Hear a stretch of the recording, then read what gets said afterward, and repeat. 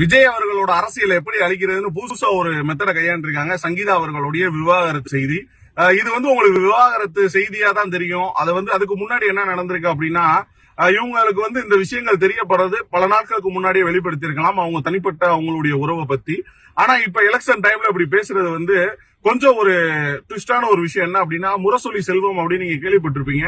அங்க பாலா அவர்களுடைய முன்னாள் மனைவி, ஜெயம் ரவி அவர்களுடைய முன்னாள் மனைவி, அது மட்டும் இல்லாம சங்கீதா அவர்கள், இவங்க தொடர்ந்து எல்லாருமே ஒன்னா போய் அவங்களுடைய திமுக கொஞ்சம் சரி அப்படின்ற மாதிரி நீங்க இந்த விஷயத்த பார்த்தா உங்களுக்கு தெரியும்.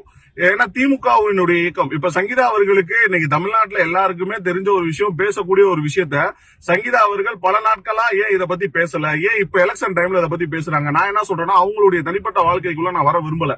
ஆனா எலெக்ஷன் டைம்ல விஜய் அவர்களை அழிப்பதற்காக இதோ ஒரு யுத்தியா நீங்க கையில எடுத்தீங்க அப்படின்னா, அவர் வீட்டுக்கு எப்படி வேணா இருந்திருக்கலாம், ஆனால் இந்த நாட்டிற்கு அவர் தேவை.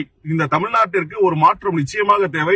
அவர் மீது நீங்க இன்னைக்கு வைக்கக்கூடிய இதுக்கு முன்னாடி வச்சிருந்தீங்கன்னா அது குற்றச்சாட்டு, ஆனா இப்ப வச்சிருந்தீங்கன்னா அது குற்றச்சாட்டு கிடையாது. அவர் அழிப்பதற்கு நீங்க எடுத்த ஒரு யுத்தி தான்.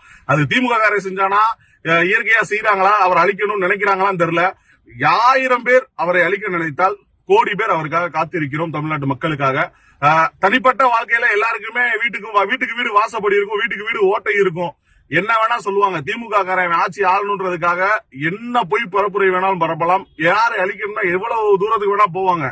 நாளை பின்ன எனக்கு இன்னொரு பொண்டாட்டி இருக்குன்னு சொன்னாலும் சொல்லுவாங்க. அப்படிப்பட்ட ஒரு ஈனமற்ற ஒரு திராவிட கழகம் இருக்கக்கூடிய இந்த சூழ்நிலையில மக்களுக்காக வந்திருக்கிறார். அவரை அழிக்க வேண்டும் என்ற நோக்கத்துடன் இந்த செய்தி பரப்பப்படுகிறது. அது அவர்களுடைய தனிப்பட்ட வாழ்க்கை. அதில் நாம் சந்திக்கவும் வேண்டாம், சிந்திக்கவும் வேண்டாம்.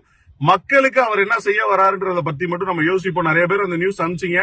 பட் ஆனா இதுக்கு முன்னாடி இந்த நியூஸ் எல்லாம் இருக்கு. திமுகவினுடைய சரியாவும் இது இருக்கலாம். நன்றி.